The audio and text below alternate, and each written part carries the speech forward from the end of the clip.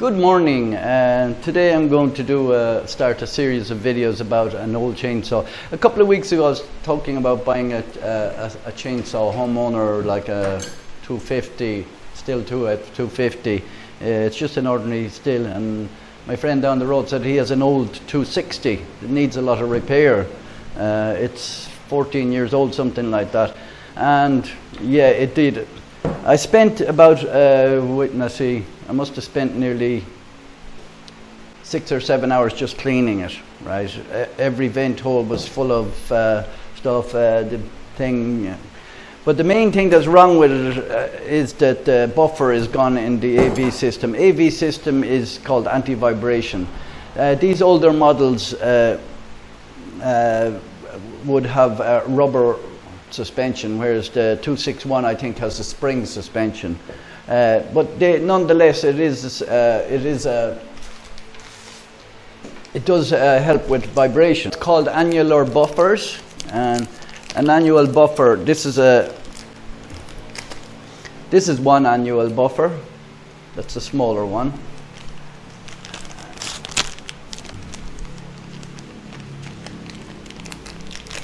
And this is the bigger one. And then there's another one inside that I'm not changing because it's okay. It's a cone-shaped one, but I will show you how to change it as well. So what we do is, with Stihl chainsaws, you need a minimum of tools. Now, I bought this thing because that's for taking out the spark plug. And it's 19 mm for most things on the saw, and it's also, you use a spline. So what would I think they would call Torx, and it's a T27. T27. It should come with the saw, but obviously this saw doesn't have anything with it at the moment. So I'm going to proceed to take the plate off and take the saw out.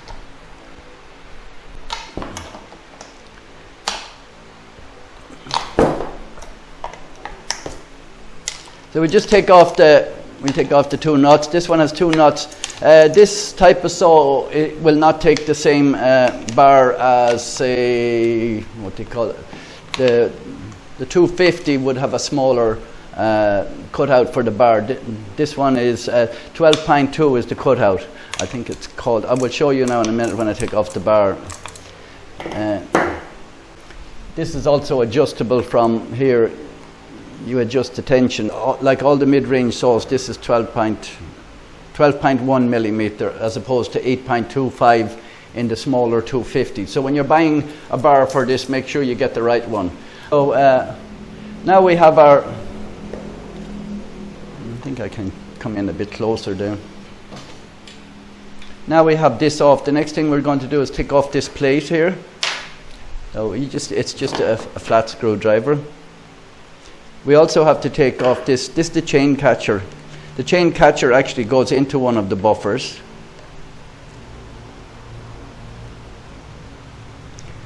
And we're using the Torx one for that. So remember what way this came on and what came it off. I will have a link to a diagram with all the sizes. This goes on only one way. You're supposed to take this off first. But this has to go in this way, and this plastic thing that holds in covers the buffer has to go in that direction. So the two buffers, one is in there and the other is in there. So we're going to take off this plastic cover. We'll use a plain screwdriver, ease it off, don't damage it.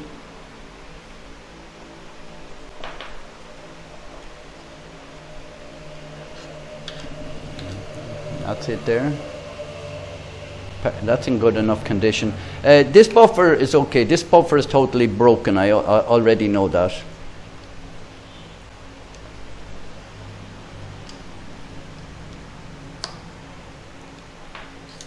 This one is a lot different. This one has got this that tightens because it's holding the chain catcher.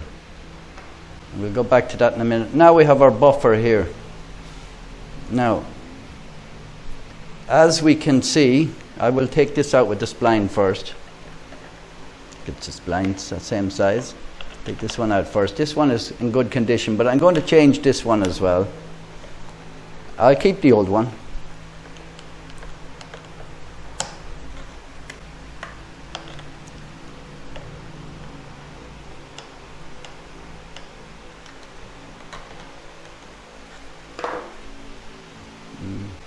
There's the buffer. That one is in good condition, but I will put it aside. I will change the two on this side to the, you will check to see is the new one exactly the same, and it is. I'll put the screwdriver in underneath here so that it goes down. What's happening is, and I'm pushing it down, it's hitting off there. So you put the screw in, it should pull it down.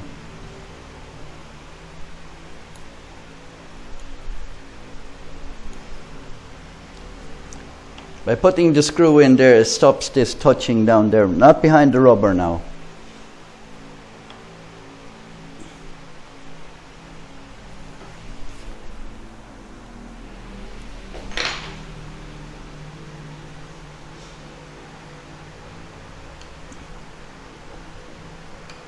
Now it's going in.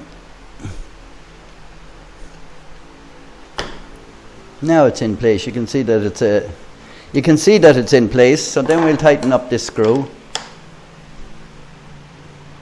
The rubber is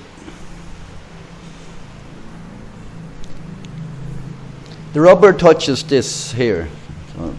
So we have to tighten it up the whole way then.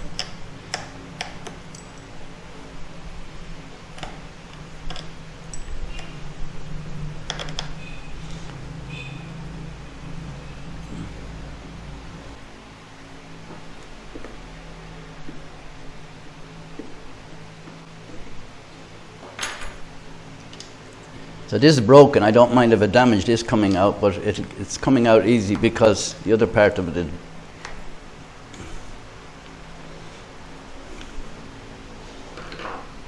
You see the screw is in the bottom part of it.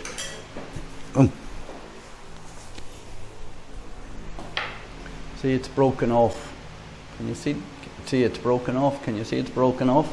Now we're going to try and get this piece out of here. It should come out down on the bottom maybe.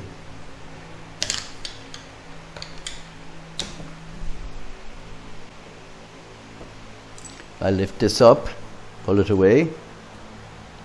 I should be able to slide it out in the bottom. The broken piece, I mean. There.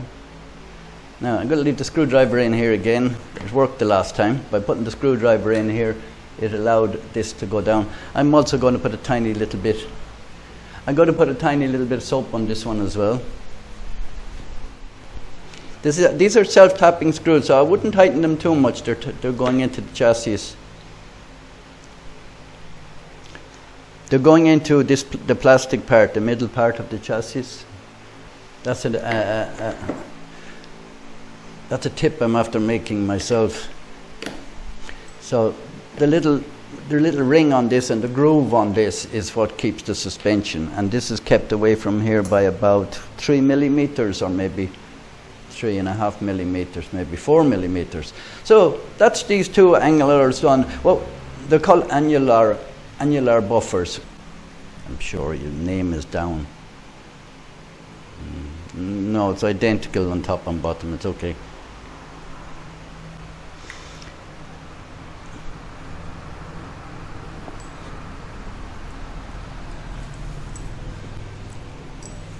So that's all back together. Put back on our plate for adjustment plate, and put the little screw in.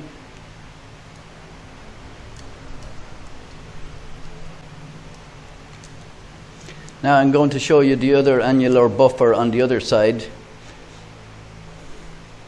I'm not going to replace it.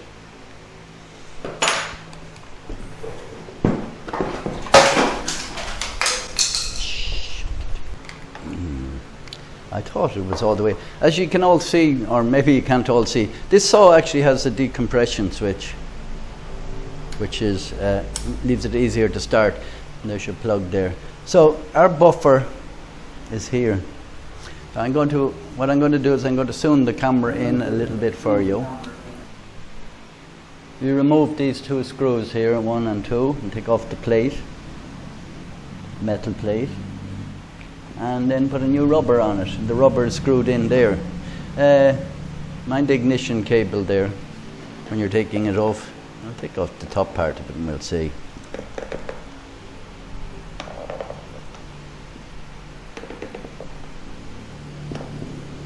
Oh, that's not in properly.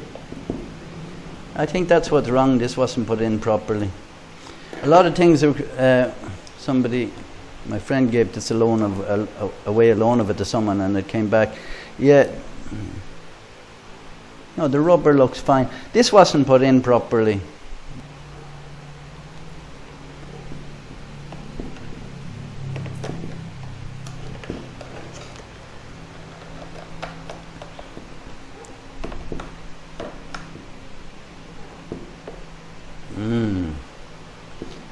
Oh yeah, this tightens against this, and it's meant to go over and back. Okay, I get it now.